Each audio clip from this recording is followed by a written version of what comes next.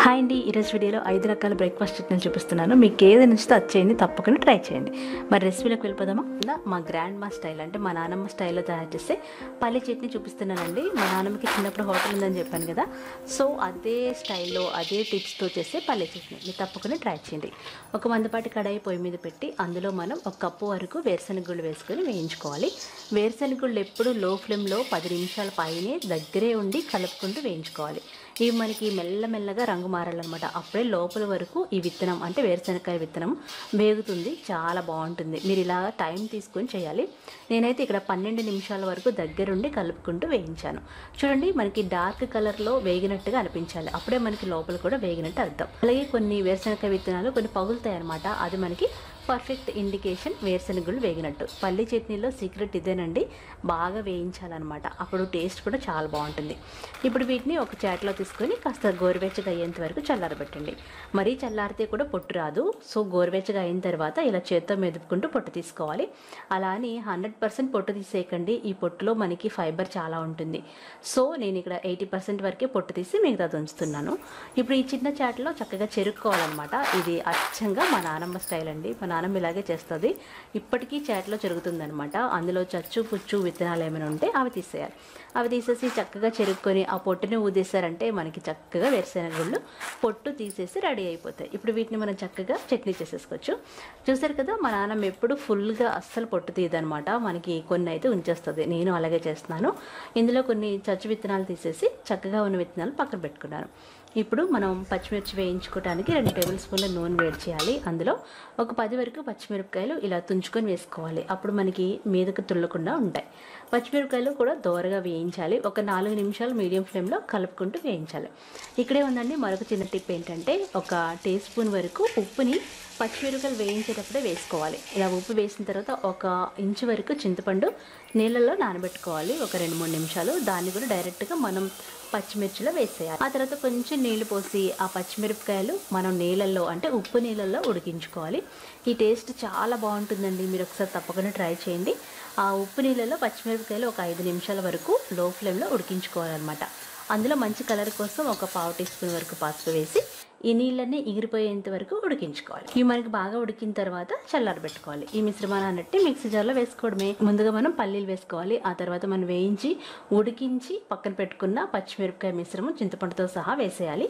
అలాగే 3 వరకు వెల్లుల్లి రెబ్బలు వేసుకోవాలి. ఇందులో జీలకర్ర అల్లం అవసరం లేదండి. ఒక 2 టీ స్పూన్ల వరకు పుట్నాలు వేసుకోవాలి. అంతేనండి, సూపర్ టేస్టీ చట్నీ రెడీ అయిపోతుంది.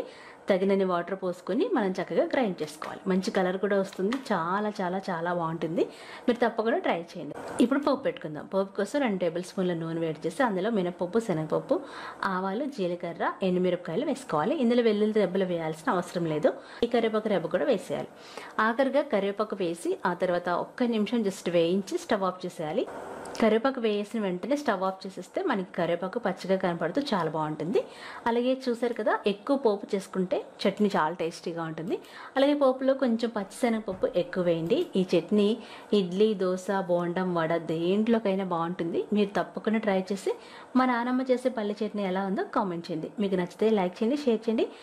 హాయ్ అండి, నమస్తే, నేను మీ లక్ష్మి. ఈరోజు వీడియోలో ఒక స్పెషల్ రెసిపీ అనమాట. అదేంటంటే శరవణ భవన్ స్టైల్లో తయారు చేసుకునే 2 బ్రేక్ఫాస్ట్ చట్నీలు చాలా చాలా బాగుంటాయండి. ఈ చట్నీల కోసమే ఇడ్లీలు కానీ దోశలు కానీ తింటారు, అంత బాగుంటాయి. మీరు తప్పకుండా ట్రై చేసి టేస్ట్ చేయాల్సిన రెసిపీస్.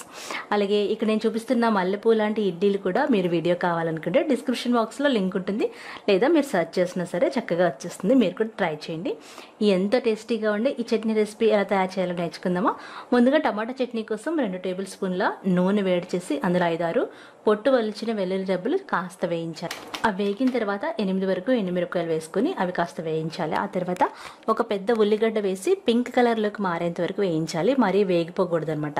ఆ తర్వాత 6 వరకు పండిన టమాటాలు మీడియం సైజు వేసుకోవాలి. వీటిని ఒక 2-3 నిమిషాలు చక్కగా సాట్ చేసుకోవాలి. ఇవి కాస్త మగ్గిన తర్వాత అందులో కొంచెం వాటర్ పోసి కాసేపు ఉడికించాలి. ఇలా ఉడికిస్తే పచ్చివాసన లేకుండా టమాటాలు చాలా బాగుంటాయి. అలాగే నీళ్ళు నీళ్ళు ఎగిరిపోయేంత వరకు ఉడికించి అందులో తగినంత ఉప్పు వేసుకొని చల్లారబెట్టుకోవాలి. ఇవి చల్లారే లోపుగా పోపు వేసేసుకుందాం. పోపు కోసం 1 టేబుల్ స్పూన్ వరకు నూనె వేడి చేసి అందులో ఆవాలు, జీలకర్ర, వెల్లుల్లి రెబ్బలు, అలాగే ఎండుమిరపకాయలు, కరివేపాకు, ఇంగువ తప్పకుండా వేయండి. ఇంగువ ఫ్లేవర్ అనేది ఈ సర్వణ భవన్ చట్నీల్లో చాలా బాగా తెలుస్తుంది. సో ఇంగువని అసలు స్కిప్ చేయొద్దు. అలాగే పోపు వేసేసి పక్కన పెట్టేసుకోండి. ఇప్పుడు చల్లారిన ఈ టమాటా మిశ్రమాన్ని మిక్సీ జార్లో వేసి చక్కగా గ్రైండ్ చేసుకోవాలి. ఇంక ఎక్స్ట్రా వాటర్ పోయాల్సిన అవసరం లేదు. ఇప్పుడు చాలా ఈజీగా తయారు చేసుకునే కొబ్బరి చట్నీ. దీనికి అసలు స్టవ్తో పనే ఉండదు. ఒక పెద్ద కొబ్బరి చిప్పని ఇలా చక్కగా కట్ చేసుకొని అడుగున ఉంటుంది కదా బ్రౌన్ కలర్, ఆ పార్ట్ స్క్రాప్ చేసి తీసేసి వాటిని మిక్సీ జార్లోకి వేసుకోవాలి. అందులో 2 టేబుల్ స్పూన్ల వరకు పుట్నాలు, 1 ఇంచు వరకు అల్లం ముక్కలు, ఒక 5-6 వరకు పచ్చిమిరపకాయలు, తగినంత ఉప్పు వేసుకొని చక్కగా కొంచెం వాటర్ పోసి గ్రైండ్ చేసుకోవాలి. ఇందులో చింతపండు వేయకూడదు. హోటల్లో చింతపండు వేయరనమాట. చక్కగా గ్రైండ్ చేసుకున్న మిశ్రమాన్ని ఒక గిన్నెలో తీసుకొని మనం ఇందాక పెట్టుకున్నాం కదా పోపు, అది ఈ 2 చట్నీల్లో వేసేయాలి. టమాటా చట్నీ అలాగే వైట్గా ఉండి కొబ్బరి చట్నీ, ఈ 2 ఎంత బాగుంటాయో, చాలా చాలా బాగుంటాయండి. ఈ రెసిపీ మీరు తప్పకుండా ట్రై చేసి మీకు ఎలా వచ్చిందో కామెంట్ చేయండి. వీడియో నచ్చితే లైక్ చేయండి, షేర్ చేయండి. టేస్టీగా ఉంటుందండి ఇడ్లీ చట్నీ, తప్పకుండా ట్రై చేయండి. ఒక కడాయి పొయ్యి మీద పెట్టి 4 టేబుల్ స్పూన్ల నూనె వేడి చేయాలి. అందులో మనం 1 కప్పు వరకు పల్లీలు వేసుకొని వేయించుకోవాలి.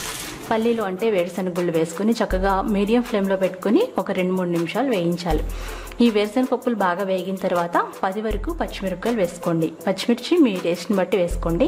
పచ్చిమిర్చి వేయించాలన్నమాట. కాసేపు 1 నిమిషం వేయించాలి. ఆ తర్వాత 3 వెల్లుల్లి రెబ్బలు, 1 అంగుళం అల్లం ముక్క వేసుకోవాలి. మరీ ఎక్కువ వేయకండి, ఇవి వేస్తే సరిపోతుంది.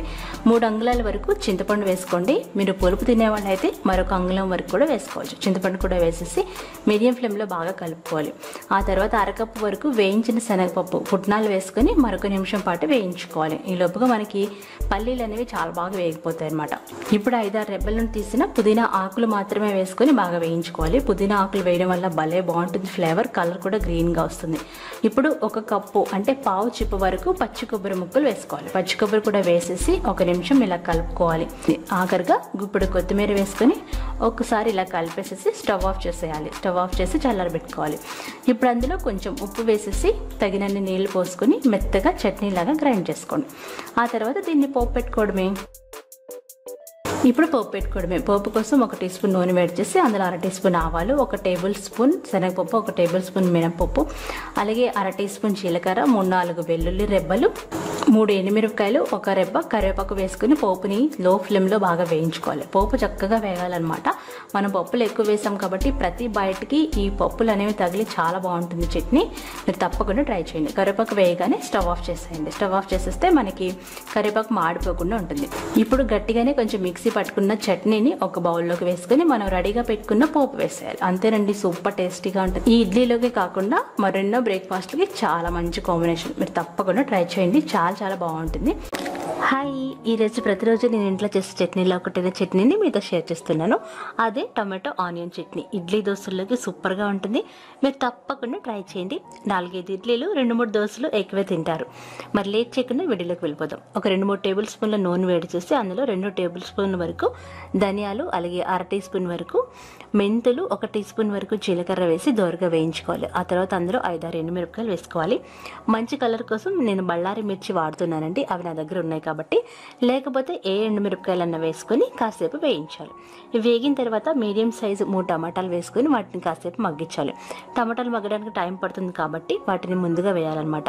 ఎన్ని టమాటాలు తీసుకున్నామో అంతే క్వాంటిటీలో ఉల్లిపాయలు కూడా తీసుకోవాలి. 3 ఉల్లిపాయలు కూడా తీసుకొని కట్ చేసి వేసుకోవాలి. ఇవి చక్కగా వేయించుకోవాలి. ఇలా వేగేటప్పుడే 1 ఇంచు వరకు అల్లం, అలాగే తగినంత ఉప్పు వేసేసి 5 నిమిషాలు మూత పెట్టి మగ్గించుకుంటే తొందరగా మెత్తగా మగ్గిపోతాయి.